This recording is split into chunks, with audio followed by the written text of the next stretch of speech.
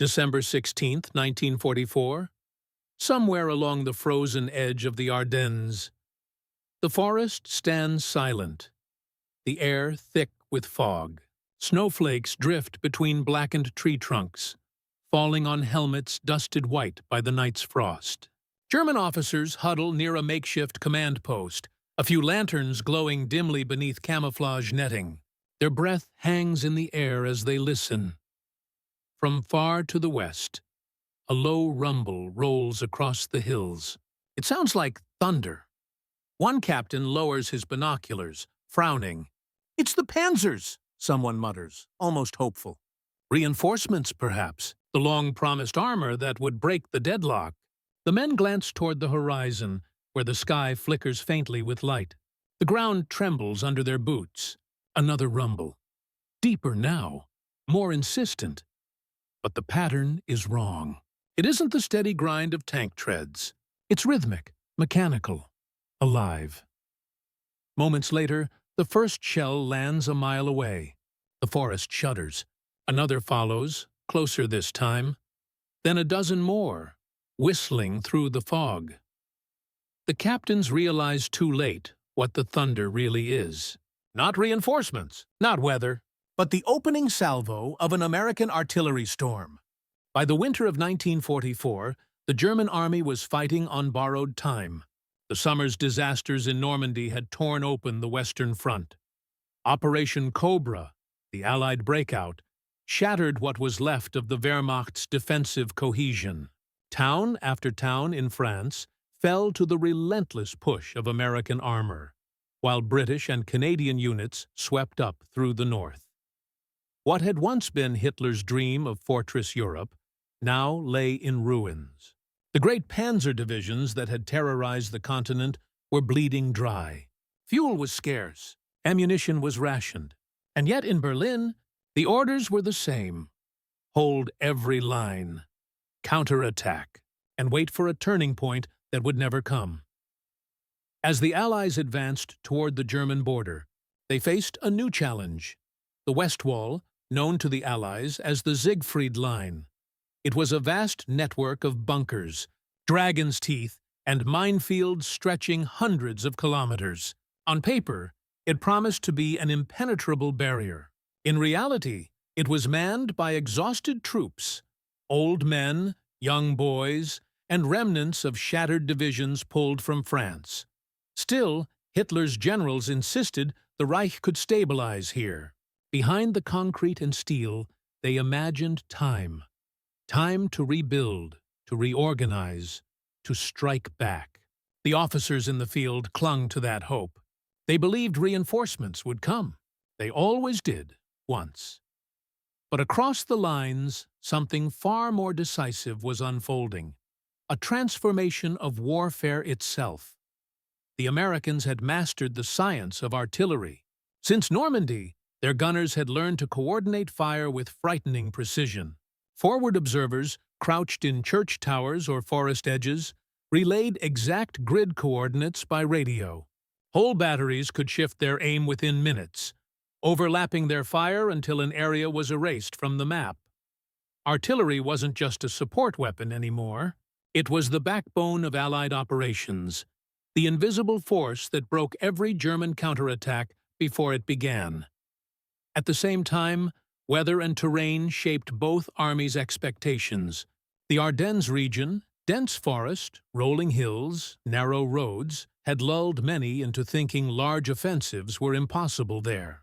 It was the kind of place where sound traveled strangely. Distant engines could be mistaken for thunder, and thunder for tanks. To the weary German troops holding the line, every rumble carried meaning. Reinforcements, they hoped. Tanks or half-tracks rumbling through the fog. The forest played tricks on them, magnifying echoes, masking direction. They had learned to interpret the battlefield through sound more than sight. But the Americans knew that too. Their artillery units, especially those of the U.S. First Army and Third Army, had studied how to exploit the terrain.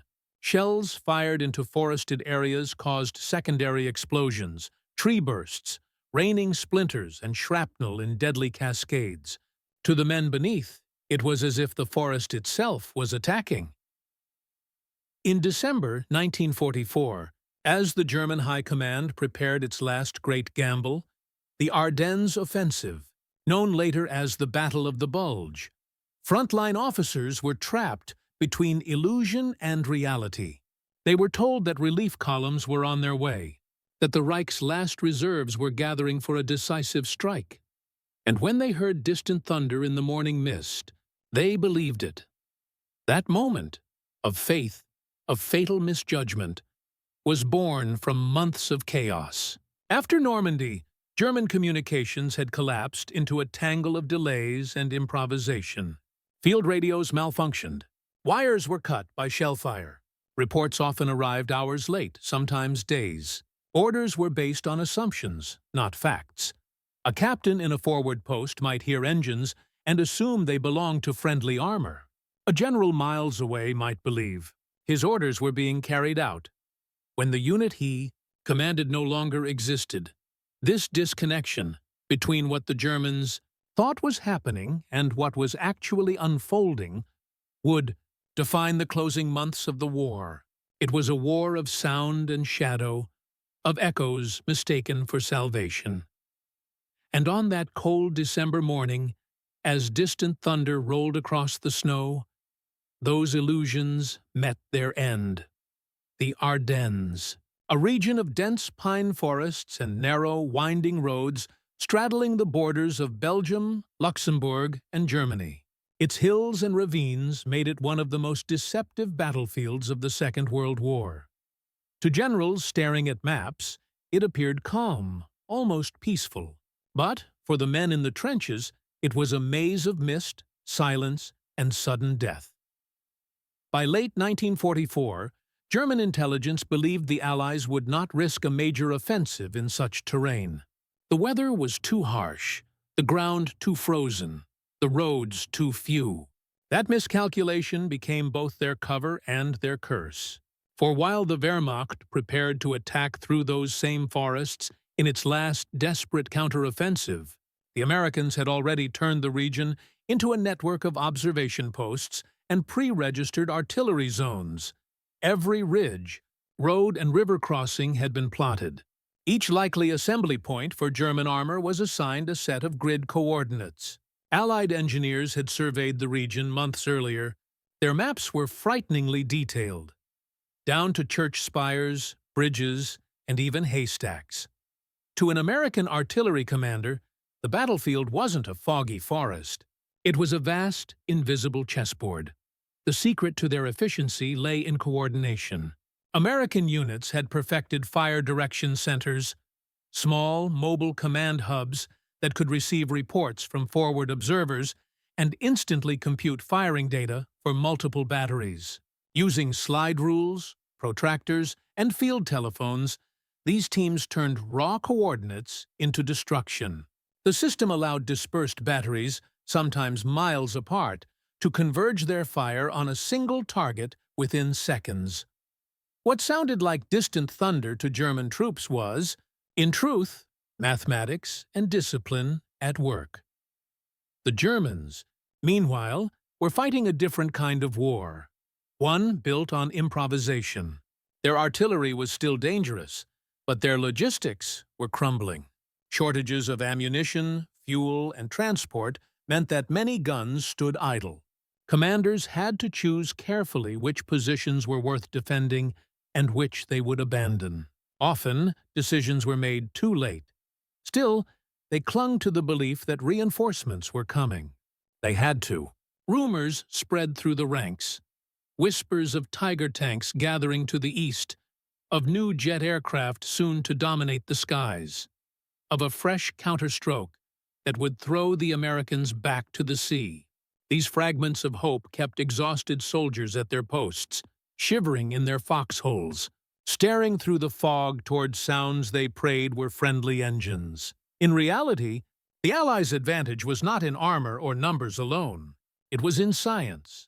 In the closing months of 1944, the United States had begun deploying one of the most revolutionary artillery technologies of the war: the proximity fuse. Developed through a secret collaboration between American, British, and Canadian scientists, it allowed shells to detonate not on impact, but automatically when near a target. Using a tiny radar transmitter built into the shell's nose, it sensed reflections from nearby objects, a tree canopy, an aircraft, or the ground itself, and exploded at the precise moment of maximum effect. For German troops accustomed to taking cover, this was a nightmare. Foxholes that once offered safety became death traps as airburst shells detonated above them, raining steel and splinters downward. When these new shells were introduced to the Ardennes, even experienced soldiers struggled to comprehend what they were hearing. The blasts seemed to come from the air itself. Many believed, at first, that the Americans had found a way to drop bombs from invisible aircraft. The fog only deepened the confusion. Sound, in such conditions, plays tricks on the mind. The muffled roar of distant batteries could echo off frozen valleys, making it impossible to tell direction or distance. A German captain might hear what seemed like approaching armor, when in truth, it was the prelude to a bombardment plotted hours in advance. Inside command dugouts, officers clutched field phones and waited for clarity that never arrived. Messages from divisional headquarters were fragmented. Hold position. Reinforcements en route. Expect armor support. Each phrase offered reassurance, but none matched the reality unfolding outside. The reinforcements they awaited were often fictional, their routes already under Allied observation, their convoys shattered before they could reach the front. The Americans, by contrast, could listen to the battlefield in real time. Their forward observers, some perched in church towers, others crawling through forests, watched every movement. A single coordinate called over the radio could unleash a storm across an entire valley. And so, the stage was set for one of the most devastating misinterpretations of the Western Front. The moment when German captains, hearing thunder rolling through the Ardennes mist, mistook the beginning of an American artillery barrage for the approach of their own salvation. The thunder was not coming to save them. It was coming to erase them. By December 1944, the German soldier was no longer the image that had terrified Europe in 1940. The faces beneath the helmets were gaunt and hollow-eyed. Boys barely 18, men in their 40s, pulled from factories and farms. Their greatcoats hung loose, their boots cracked from the cold. They slept in frozen dugouts, lived on black bread and thin soup, and listened to the war through the walls of fog that covered the Ardennes. Morale was built on rumor. Each day brought whispers of divisions regrouping, of miraculous weapons, of the Führer's secret plans. Even those who no longer believed still repeated the stories, because without them, there was only silence and snow. In the small command posts scattered through the forest, captains and lieutenants tried to project confidence. They marked their maps with grease pencils, drew arrows that no longer meant anything, and waited for orders that would never come. To many, the distant sound of engines was a heartbeat of hope. It meant the line was still connected, that someone, somewhere, was still fighting for them. When the thunder began that morning, they did what humans always do in confusion. They filled the silence with belief. They imagined that the rumble meant help was near. They leaned on habit, the faith that the army still functioned, that their comrades were not just ghosts in the fog, but in war. Belief without information is a death sentence. Artillery has often been called the king of battle. By the winter of 1944, that crown belonged firmly to the United States Army. On the Western Front, American firepower had reached a level of coordination the Germans could neither match nor fully comprehend. Each U.S. infantry division was supported by its own artillery command, usually 3 105mm battalions and 1 150mm. These were not isolated units firing blindly at enemy lines. They were linked through radio and wire to forward observers who could see or hear the enemy's movement. When a platoon reported German activity, within minutes Entire batteries could converge their fire onto the coordinates. This was the doctrine of time-on-target fire, a deadly innovation perfected by American gunners in 1944 by calculating the varying flight times of shells from different distances. They could make every projectile land on the target area simultaneously. There was no warning, no gradual buildup. 1 second there was silence. The next, the world erupted. To the Germans, this was pure terror. They were used to barrages that built in waves, giving time to take cover. But time on target meant there was no rhythm, no pattern. The first sound you heard was the one that killed you. The tactical irony was cruel. The same weather that hid German movements also shielded the Americans' preparations. Fog grounded aircraft but did not silence the guns. Forward observers, often stationed just a few hundred meters from the enemy, guided the fire by sound alone, counting seconds between blasts, adjusting aim by intuition honed through months of combat. From a distance, the result was deceptive. The thunder seemed natural, even benign. To a German officer miles away, it might sound like far-off weather or distant machinery. To the men under it, it was the end of the world. At the higher levels of German command, the war was already being lost, not only on the ground, but in the mind. The German army had once thrived on the principle of Auftragstaktik, mission-type command, which allowed officers freedom to adapt orders to the battlefield. But by 1944, that independence had withered under Hitler's obsession with control. Orders now came from the top, absolute and immovable, no matter the situation. Officers who hesitated were branded defeatists. Those who questioned reports faced suspicion. Many chose to obey blindly, rather than risk a charge of cowardice. This rigidity paralyzed entire divisions. Commanders waited for reinforcements they had been told were coming, even when logic told them otherwise. The belief that the Führer has a plan replaced tactical awareness. When the thunder began that morning, many captains assumed the distant rumbles were part of a German counterattack. They had been promised support from armored reserves, though few knew that most of those units were already bogged down or destroyed by Allied air power. They held their ground, waiting for coordination that never came, while American gunners were adjusting their sights with deadly precision.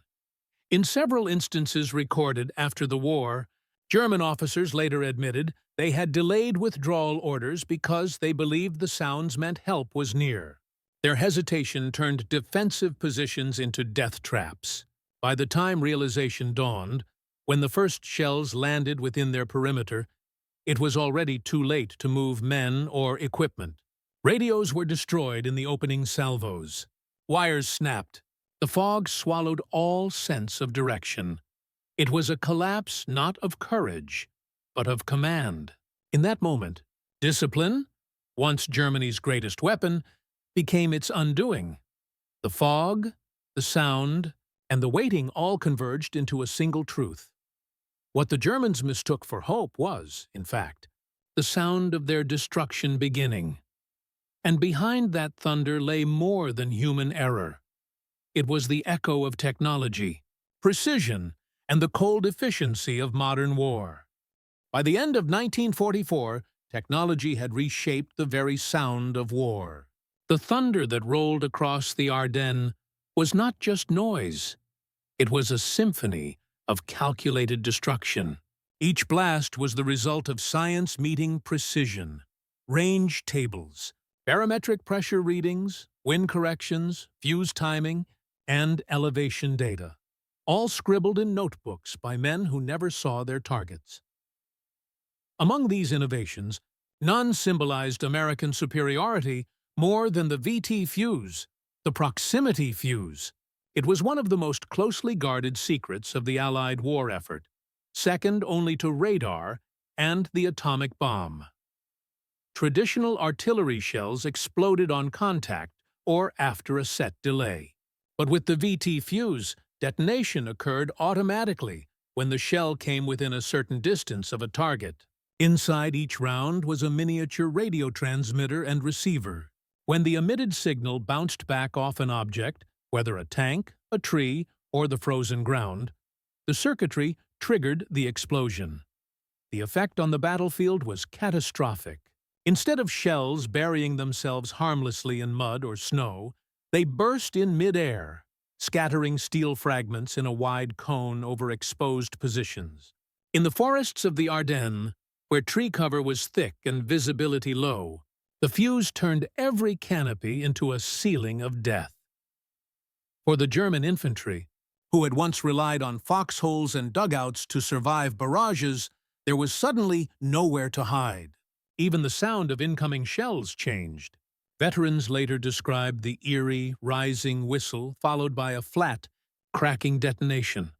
Not the deep thump of ground impact, but a sharp burst above. Echoing through the trees, American reports from the 2nd and 99th Infantry Divisions confirm how transformative this was. In one documented engagement near Krinkelt, U.S. artillery equipped with VT fuses halted an entire German advance within minutes. What the enemy had mistaken for thunder became an invisible wall of shrapnel.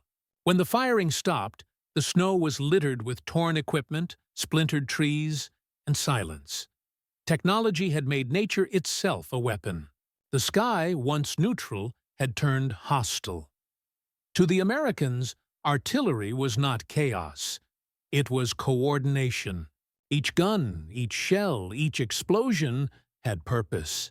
For every German captain who misread the sounds of battle, there was an American counterpart studying them with methodical calm. Forward observers were the unseen eyes of this war. They operated in pairs or trios, crawling through mud and snow to reach observation points with clear lines of sight. Many perched in church steeples or hilltop ruins, camouflaged beneath netting and branches. With field glasses and rangefinders, they tracked German movements, a flicker of light, a column of smoke, a flash of muzzle fire, and relayed exact coordinates back to the guns. In the rear, the gunners adjusted their elevation wheels and azimuth scales with machine-like precision. Each man knew his role. One loaded the shell, another set the fuse, a third checked the angle. A command voice shouted, "Fire!" and the gun recoiled with a thunderclap that rolled across the valley. The Americans never saw the men they killed. The Germans never saw the men who killed them.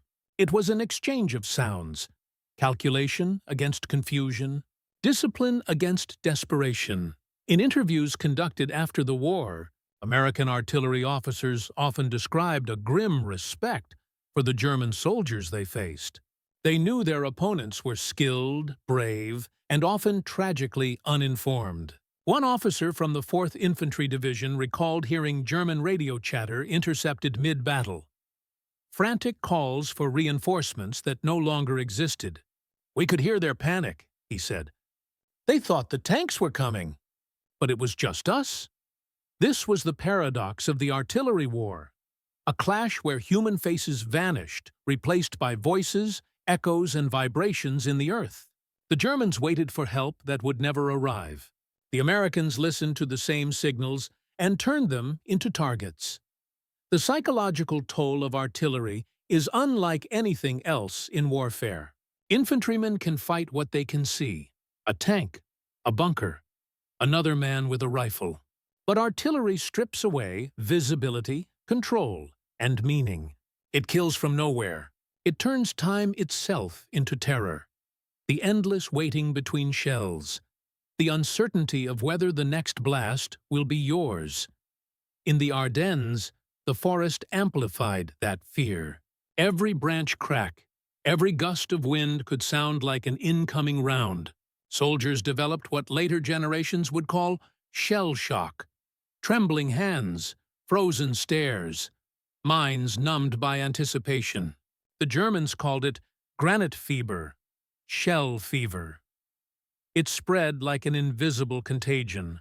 Reports from captured diaries describe the same haunting detail. Men mistaking thunder, engines, or even their own heartbeat for artillery.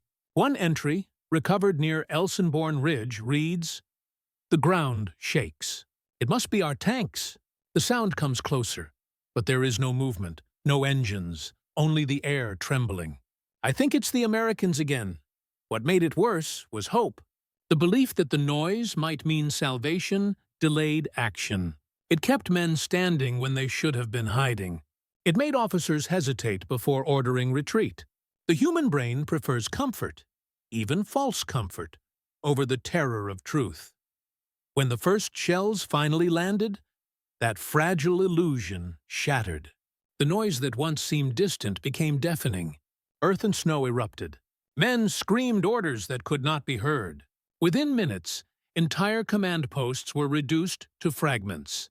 Afterward, survivors would remember the silence more than the sound.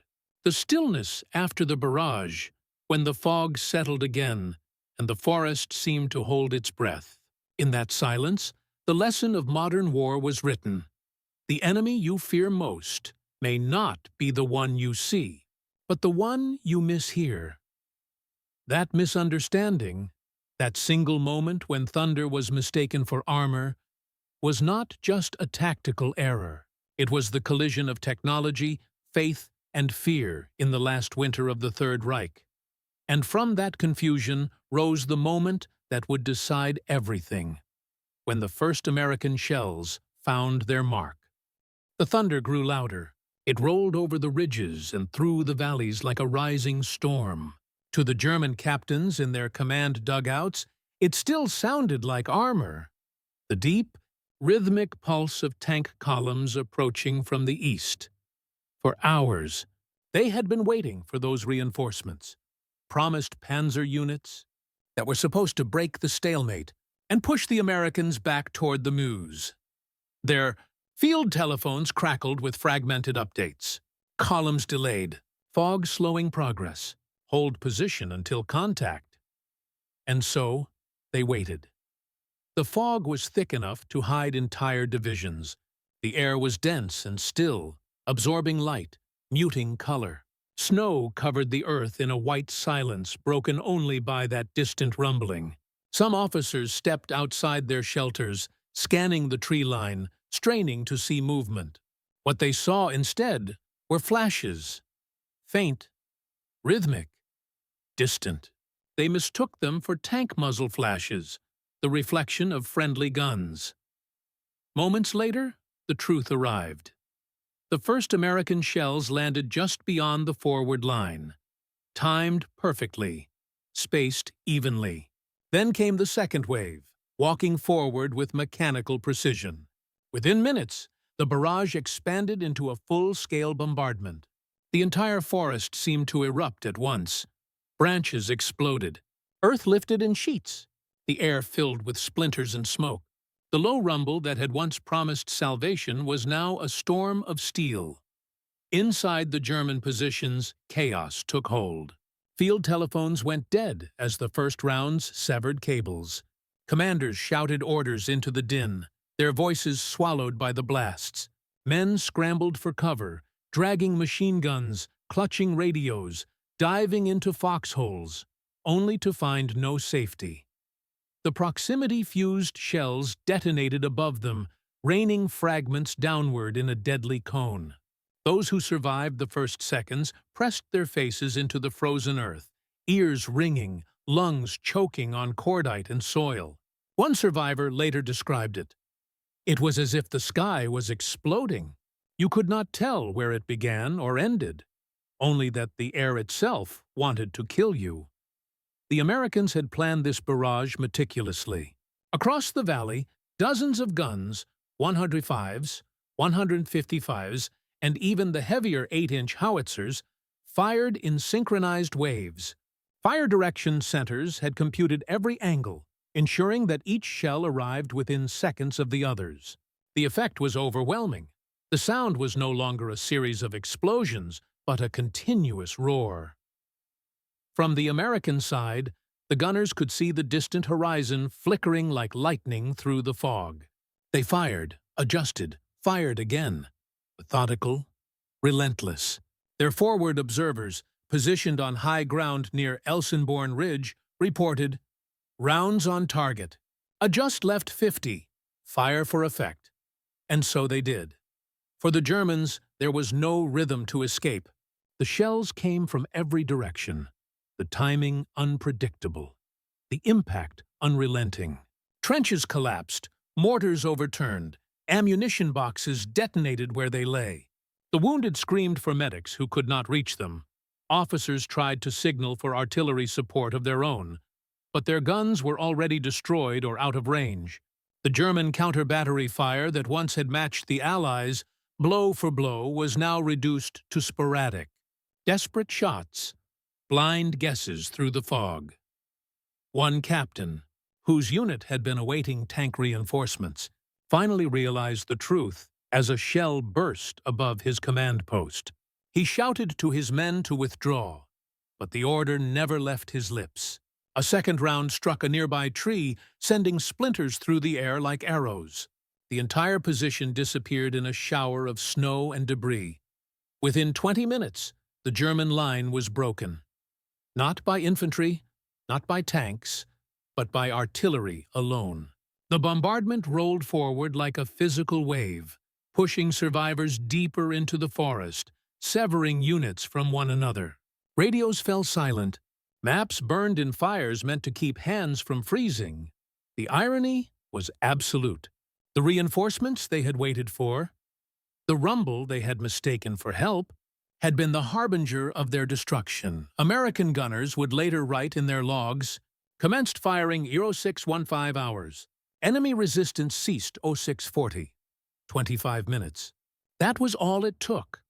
When the shelling finally stopped, the silence was worse than the noise. The forest was unrecognizable, cratered, smoldering, stripped bare. Snow turned gray with ash. Tree trunks stood like charred pillars, their branches gone. Between them lay the shattered remains of what had once been an organized defense. A handful of German survivors crawled from their dugouts, stunned and deafened. Some wandered aimlessly, calling for units that no longer existed. Others simply sat, staring into the fog, unable to understand what had happened. What they had mistaken for thunder was not nature. It was precision, planned, calculated, and executed by men who had never even seen their faces. And the storm was not yet over. The barrage had only prepared the ground for what was coming next. The creeping curtain of American fire that would move forward, yard by yard, until there was nothing left to hold. The barrage did not end, it moved. American fire planners had mastered what they called the creeping barrage, a wall of explosions that advanced in timed increments, forcing the enemy backward, step by step. To the Germans, it felt as though the earth itself was marching toward them. As the initial bombardment ceased, a brief silence fell, deceptive, almost tender. Men lifted their heads, coughing through the haze. Then, 100 meters ahead, the ground erupted again. The line of fire had shifted forward, crawling through the forest like a living thing. It was the same thunder, now closer, more precise. The American artillery was not guessing. Every impact zone had been pre-calculated on maps days before. Every hill, every crossroads, every suspected strongpoint was marked by coordinates that had already been verified by forward observers. There was no improvisation. This was choreography, destruction by design. Behind that rolling storm, U.S. infantry began to move. From foxholes dug in the frozen ridges near Elsenborn, the men of the 2nd and 99th Infantry Divisions rose and advanced cautiously through the snow. They could barely see 20 meters ahead, but they didn't need to. The artillery had already cleared the path. Their orders were simple: follow the barrage, stay close enough that the enemy can't recover, but not so close that you die under your own fire. In the German lines, what remained of discipline began to unravel. Units that had once numbered hundreds were now scattered into fragments. Small groups of soldiers hiding behind shattered logs or crouching in craters. Officers tried to regroup them, but communications were gone. Runners sent through the forest never returned. Those who could move began to fall back toward the rear, stumbling through snow and smoke. Some still believed the bombardment was a mistake, friendly fire from their own guns. Others realized the truth, but refused to speak it aloud. To admit it was to accept that the battle, and perhaps the war, was lost. By mid-morning, the American artillery had shifted again, this time targeting the secondary German positions near Büllingen and Krinkelt. The 155mm long toms of the U.S. heavy battalions began firing over open sights, their shells arching in long, slow trajectories that vanished into the fog and reappeared as bursts of fire on the horizon. The sound was almost constant now, a rolling concussion that shook the ground. Even miles behind the front, American engineers reported that snow slid from trees and roofs each time the guns fired. For the Germans under it, there was no sense of direction, only chaos. Captured after the battle, one German lieutenant from the 12th Volksgrenadier Division described it simply: "We thought the thunder was our panzers. Then we thought it was the weather. Then it was the end." He had survived by sheer accident, buried under a collapsed bunker that shielded him from shrapnel. When he emerged hours later, the forest was gone. His men were gone. The air smelled of burnt pine and metal. He wandered until he stumbled upon an American patrol, too numb to resist. For the Americans, it was a moment of grim satisfaction. The barrage had done its work perfectly. Reports from forward observers confirmed the destruction. Artillery positions silenced, supply trucks destroyed, enemy infantry dispersed. Commanders radioed back. Objective achieved. Minimal resistance. Yet behind those cold words lay a new kind of warfare, one that was impersonal, mechanical, and absolute. The gunners never saw their victims. They adjusted by numbers, by equations. Victory was measured in decibels and craters. At the command post of the U.S. V Corps, officers studied aerial reconnaissance photos taken hours later. The images showed a gray smear where the German line had once been. Smoke still rose from tree lines. Not a single undamaged vehicle remained. One analyst noted quietly, "Looks like a storm passed through." It had, one made of steel. For the Germans, that morning marked more than a defeat. It marked the death of a belief, the belief that the old ways of war still applied. The blitzkrieg tactics of speed and shock that had once conquered Europe meant nothing against the cold, calculated rhythm of modern artillery. There was no maneuver that could outflank a shell, no courage that could silence radar, and yet, amid the devastation, small groups of survivors still clung to their posts. Some refused to retreat, convinced that reinforcements were still coming. They fired sporadically into the fog, at enemies they couldn't see, long after the battle was effectively over. Their faith in command, in the myth of control, outlasted the reality of their situation. When the thunder finally stopped for good, it left behind a silence so deep that many described it as unnatural. The snow continued to fall, covering the craters, softening the outlines of bodies and weapons. The forest seemed to exhale, releasing the smoke into the pale winter sky. In the American lines, gunners leaned against their smoking barrels, wiping soot from their faces. They could not see what they had done, only feel it, somewhere beyond the mist. For most, there was no triumph, only exhaustion. War, in that moment, had become a matter of arithmetic. That morning, in the Ardennes, thunder had changed its meaning forever. To the Germans, it had been a sign of hope. To the Americans, it was the sound of precision. To history, it was the moment when the last illusion of German strength vanished beneath the weight of modern firepower. And when the smoke cleared, the battle's aftermath revealed more than destruction. It exposed the irreversible shift of the war itself. When dawn fully broke over the Ardennes, the forest no longer looked like a forest. The ground was a patchwork of blackened craters. Tree trunks stood like matchsticks, stripped of bark, splintered at every angle. The snow had turned gray with ash and soil. Where the German positions had once been, command bunkers, gun pits, and supply caches, there was only silence.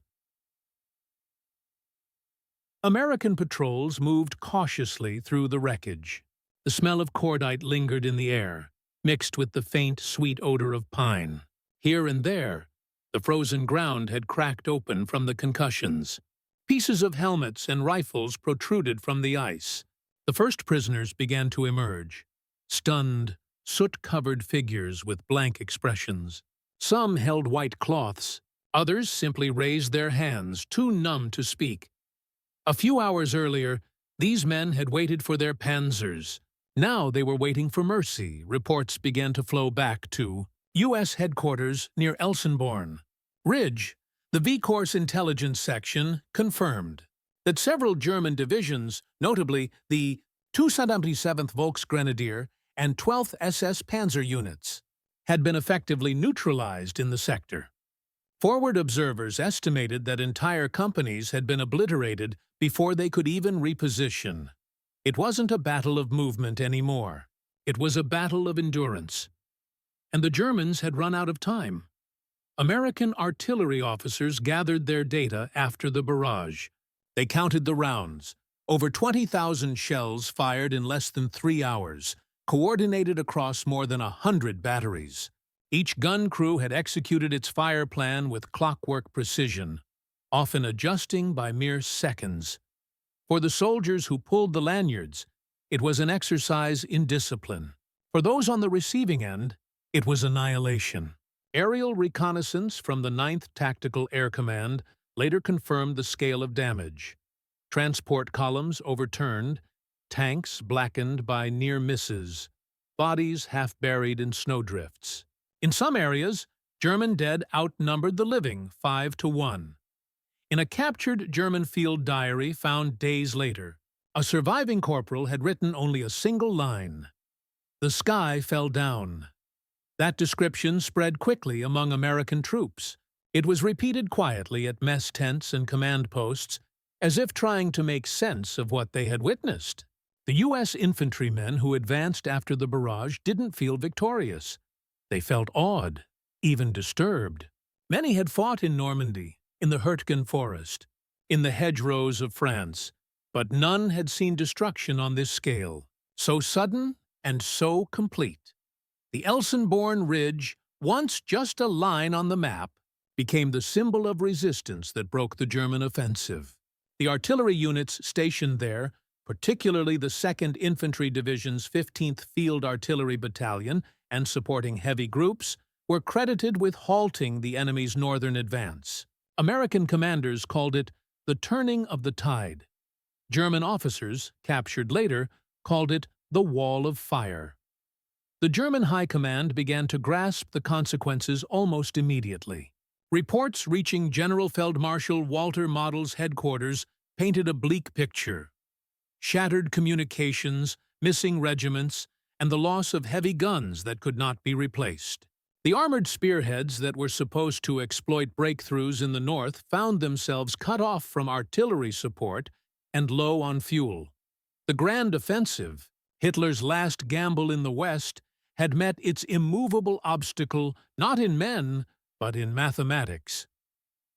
Back in the rear, at the U.S. First Army's Artillery Command Post, officers analyzed the results. The data confirmed what modern warfare had become: coordination, timing, precision. Artillery had evolved from a supporting branch into the decisive instrument of victory. The battle was not won by charging forward, but by calculating faster, firing longer, and outlasting the enemy's will. When night fell again over the Ardennes, snow began to drift into the craters. The dead, German and American alike, lay under the same white shroud. The thunder had passed, but its echo would stay with those who survived it. For many, the forest would forever be haunted by that sound, the sound of waiting for reinforcements that never came. And as headquarters compiled the final casualty lists, another story began to unfold. The human one, of soldiers who survived not by bravery, but by pure chance. In the days that followed, the scale of the American counterfire became fully apparent. Reconnaissance patrols and air photos mapped an area of destruction stretching for miles, a wasteland of splintered trees and broken armor, where once had stood the spearhead of Hitler's winter gamble. The German dream of reaching the Meuse was over. By December 20th, 1944, the remnants of Sepp Dietrich's 6th Panzer Army were no longer advancing. Their panzers, trapped by lack of fuel and blocked roads, had become static fortresses, targets for American gunners who now fired at leisure. What began as an offensive of surprise and speed had frozen into a desperate defense under relentless bombardment. The thunder that once promised victory now marked their defeat. American artillery did not rest. Even as infantry advanced, the guns kept up their rhythm, not in panic but in method.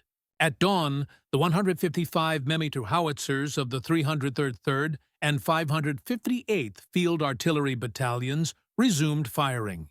At dusk, the 105 mm batteries followed with harassing fire designed to keep German units awake and scattered through the night. Every tree burst, every concussion was part of a pattern, a carefully measured response to German persistence. Across the front, stories of survival began to surface. At one bombed-out German command dugout near Butgenbach, American medics discovered a group of Volksgrenadiers still alive beneath the wreckage. Their captain, barely conscious, whispered that he had thought the thunder was our heavy tanks coming to save us. When he realized it was artillery, he said, "The will left the men." He died minutes later, another victim of the illusion that had begun the battle. Captured officers described the chaos of retreat.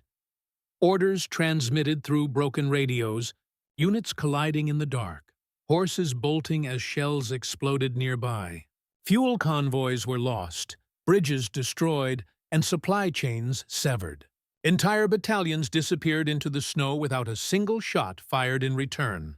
The survivors that reached the rear carried stories of forests turned into firestorms, of comrades vaporized in seconds. For the Americans, the victory at Elsenborn Ridge was not a spectacle. It was endurance proven under pressure. The men who fought there had been outnumbered, caught in the path of the largest German offensive on the Western Front. Yet, through coordination, discipline, and technology, they had done what seemed impossible: stopped the Wehrmacht cold. The Elsenborn Ridge defense became one of the few sectors in the Ardennes that never yielded a yard of ground. Everywhere else, the German advance had carved deep salients into Allied lines. Bastogne surrounded, Malmedy threatened, bridges seized and lost. But here, the artillery and infantry held firm. Historians would later call it the pivot of the Bulge. For Germany, the consequences stretched far beyond the Ardennes. The offensive had consumed its last strategic reserves: men, fuel, and ammunition that could never be replaced. The divisions shattered under the artillery storm were among the Reich's final trained formations. What limped back to the Siegfried Line in January 1945 were hollow remnants, fit only for defense. The Eastern Front bled them further. The Western Front never recovered its momentum. In contrast, the United States Army learned a lasting lesson: that the power of artillery coordination was as decisive as any tank or aircraft. The thunder that terrified the German captains became a symbol of American precision. In military reports, the operation around Elsenborn Ridge was cited as a model of how doctrine, logistics, and technology could combine to erase an enemy's advantage. From that point forward, American commanders treated artillery not as support, but as the spine of the battlefield. By January 1945, the snow began to melt slightly, revealing the scarred terrain. Villages like Krinkelt and Rockerath, names barely known before the war, now lay in ruins, their streets cratered and silent. Civilians who returned months later described landscapes still littered with twisted gun barrels and unspent shells. Even nature had been altered. Local foresters reported that for years afterward, trees grew in distorted patterns where shock waves had fractured the soil. The German dead were buried hastily in mass graves, later reinterred by recovery teams after the war. Among them were captains, lieutenants, and radio operators who, on that December morning, had mistaken the opening barrage for their own salvation. Their misunderstanding became symbolic of a military machine that no longer understood the war it was fighting. When the official U.S. Army report on the Battle of the Bulge was published months later, the section on Elsenborn Ridge carried a single line that summarized the event better than any speech. The thunder they heard was not the storm coming. It was the storm itself. And as the guns finally fell silent, the world understood that Germany's last thunder in the West had sounded and been answered. The forest of the Ardennes is quiet again now. Decades have passed, and the craters have softened into hollows filled with rain and moss. The trees that were once shattered by fire have grown tall again, their roots wrapping around rusted shell fragments buried beneath the soil. Nature remembers in silence what men once expressed in thunder. The battle that began with confusion, with German captains mistaking artillery for reinforcements, ended as a lesson written in the language of steel. It proved that in modern war, victory no longer belonged to the boldest charge or the fastest tank, but to the invisible mathematics of firepower. Artillery, once an instrument of support, had become the master of the battlefield. It no longer just answered the fight, it defined it.